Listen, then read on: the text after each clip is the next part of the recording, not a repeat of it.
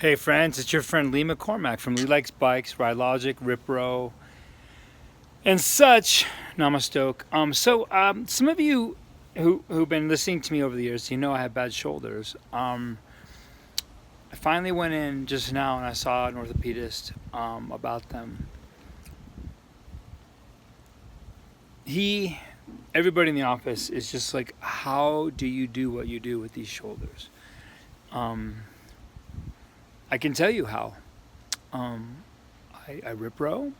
I have very diligent PT and strength work. I do everything I can with these shoulders, and my neuromuscular patterning, my skill is very high, very high, and so I'm able to function at a high level with basically no shoulder joints. I didn't realize how bad they were on the left side.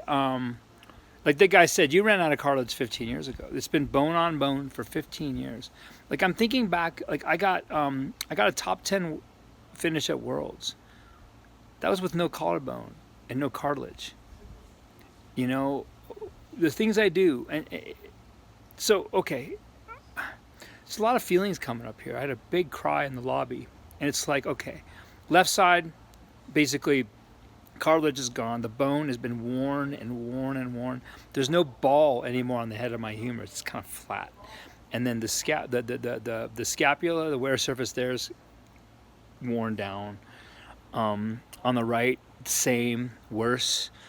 Arthritis everywhere. Broken collarbone still. The X-ray tech was like, whoa, and then the PA was like, oh my god. So we're gonna get some CT scans, and then we're gonna discuss timing two full reverse shoulder replacements. I've known that they're bad. I didn't realize how bad, and I've been feeling in my bones for a long time. It's time to start transitioning what I do and how. Um, it's time, big time, right? I'm still going to be a mountain biker, but it's going to be different. Um, the thing that strikes me the most, so like there's like this identity that I've had my whole life of being a mountain biker and being a downhiller on top of that, like in my mind the most badass kind of mountain biker. Luckily, well here, E and I were just driving back and she's like, dude, you've engineered this perfectly. It was purely by accident. It's like I've already done the personal work where if you tell me, yeah, bro, you can't mountain bike for a year, and you can't be the kind of mountain biker you were before, I'm okay with that. Like I can do that. Um, I have a partner who will take care of me through this. The business is growing. The business, and we got some big, amazing things on the horizon that involve me on the bike less and less, and me taking that kind of pontificating guru role more and more. So that part of it, okay, like that's change, and but the part of it that, oh, by the way, too, my shoulders should be significantly wider. Each joint has lost over an inch, so like right now I'm kind of square shaped. Apparently I'm supposed to be V shaped. So after the replacements, I'm gonna be looking like quite the stud. Watch out, Curtis Keene, here I come. There's a lot of feeling here, and so the mechanics of like, oh, Lee, you have to change how you ride. Short travel bikes aren't a good idea for you. Now we're gonna make a RideLogic trail bike with tons of front suspension that's made for comfort, right? That'll all come. That's cool. I kind of welcome all that. The thing that gets me the most, the aspect of this that's giving me the most emotional charge, and you've heard from this from me in different ways. Like I just said something like this last week or 2 weeks ago after the Firecracker 50. It's like I'm a sensitive, if you know me, man, you see me, I cry on camera all the time. I'm a sensitive dude. I feel it all. I have set my feelings to full. Feelings are not a graphic equalizer. You can't go, oh, I'll take more good and less bad. You get all or nothing. So I've set my feelings to full. I get all the joy. I get all the other stuff too. I'm a sensitive dude. But man, I am a tough, dogged motherfucker. I am. I just am. And so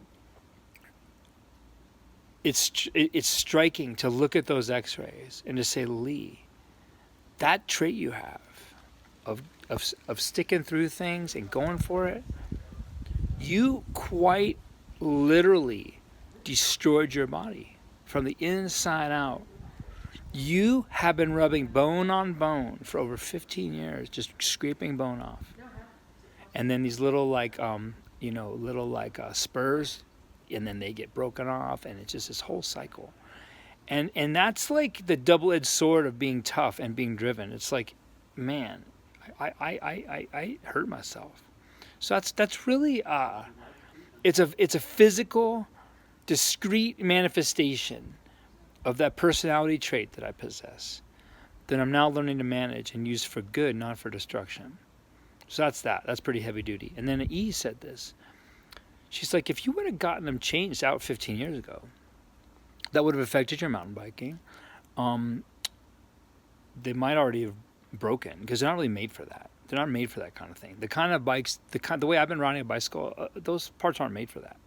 And the PA said, look, you got to be careful. Like, you can loosen these screws. So, like, had I done it 15 years ago, like I thought I should have, well, the business wouldn't be where it is. I wouldn't, like, now the business is to a point where I can transition. Also, too, this is fascinating to me. Life is amazing. Like I'm going to say, like, I've had a significant impact on this sport and the people in the sport.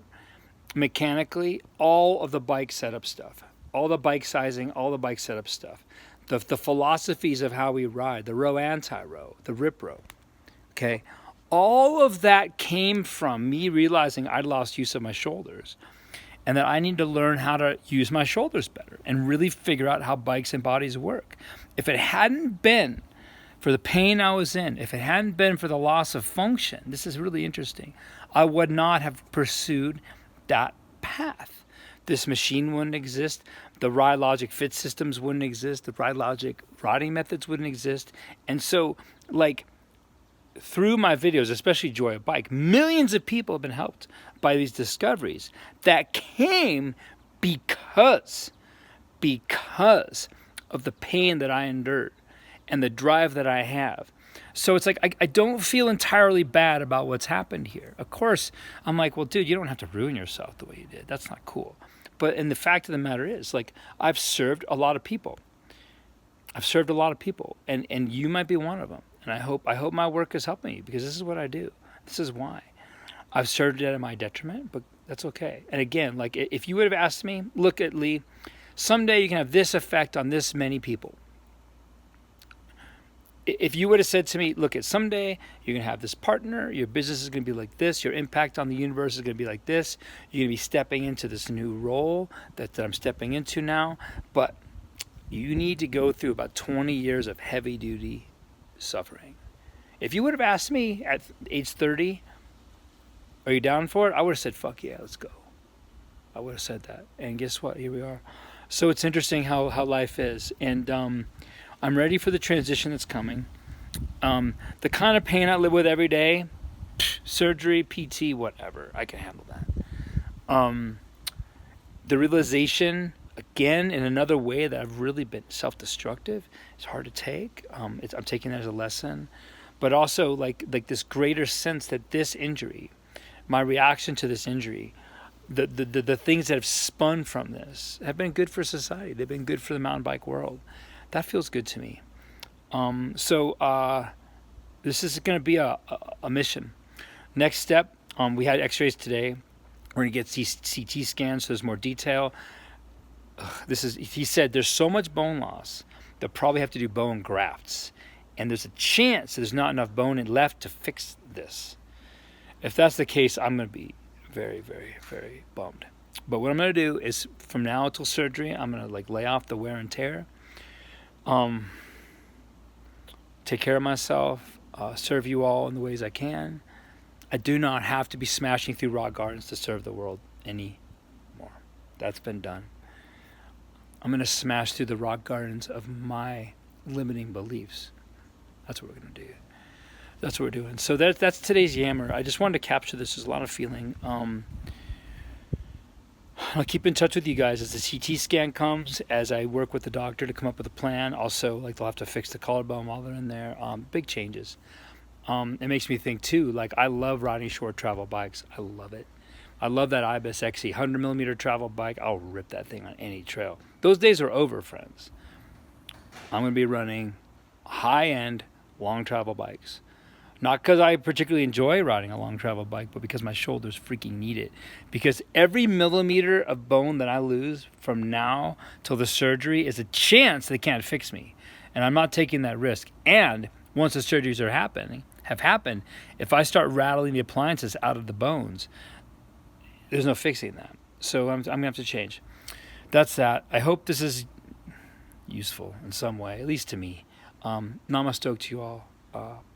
Be well.